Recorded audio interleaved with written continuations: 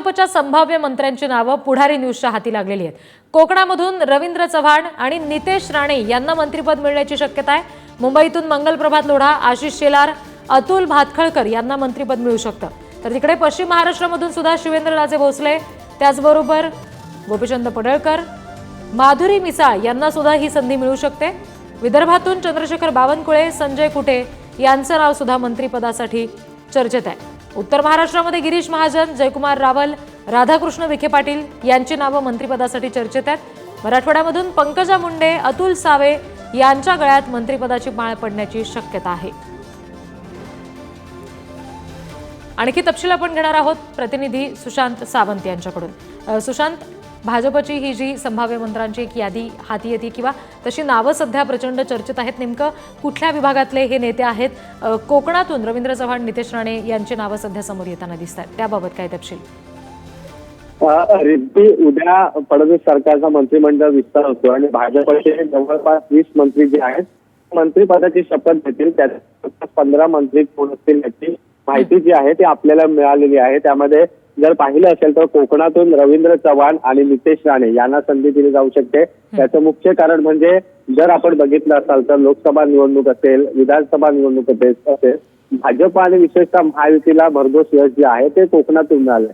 कोकणी मतदारांनी भाजपला आणि महायुतीला साथ दिल्याचं आपल्याला पाहायला मिळत आहे आणि यामध्ये प्रमुख जो महत्वाची भूमिका बजावली ती म्हणजे रवींद्र चव्हाण आणि नितेश राणे यांनी।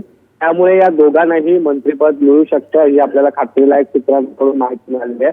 त्यानंतर आपण दुसरीकडे जर बघितलं असेल तर मुंबईमधून आशिष यांना खरं तर संधी मिळू शकते, कारण आशिष शेलार मुंबई भाजपचे अध्यक्ष आहेत आणि मुंबई महानगरपालिका लक्षात घेता आशिष शेलारांना संधी मिळू शकते।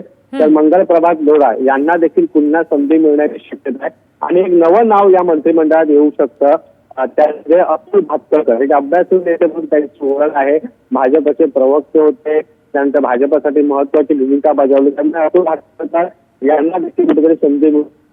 आपण बघितलं असेल तर पश्चिम महाराष्ट्रामध्ये शिवेंद्रराजे भोसले यांचं नाव जवळपास निश्चित झाल्याची माहिती आहे। तर गोपीचंद पडळकर हे धनगर समाजाचं नेतृत्व करतात, त्यामुळे त्यांना देखील संधी दिली जाऊ शकते। आणि महिलांमध्ये माधुरी मिसाळ यांचं नाव जे आहे ते आघाडीवर आहे आणि राधाकृष्ण विखे पाटील पश्चिम महाराष्ट्रातून। तर विदर्भाकडे आपण बघितलं असेल तर चंद्रशेखर बावनकुळे, संजय कुटे यांची जवळपास नावं निश्चित झालेलं आहे। आता तिसरं विदर्भातलं नाव नेमकं सुधीर मुनगंटीवार यांचा नंबर लागतोय का हे देखील बघावं लागणार आहे, कारण सुधीर मुनगंटीवार यांचं देखील नाव चर्चेत होतं। मात्र जी आता सध्या आपल्याला ही माहिती मिळते त्यामध्ये संजय कुटे आणि चंद्रशेखर बावनकुळे हे यांचं नाव जे आहे ते जवळपास निश्चित झालेलं असं आपल्याला कळत आहे।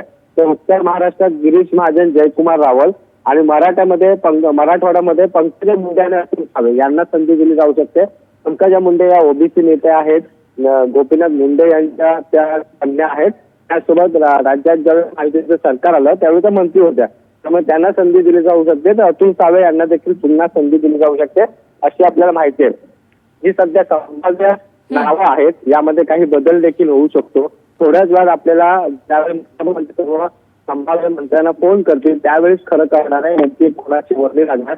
म्हणजे जी आपल्याला संभाव्य यादी नावं कळतात त्यामध्ये या नेत्यांचा समावेश या यादीमध्ये असू शकतो अशी आपल्याला माहिती मिळते।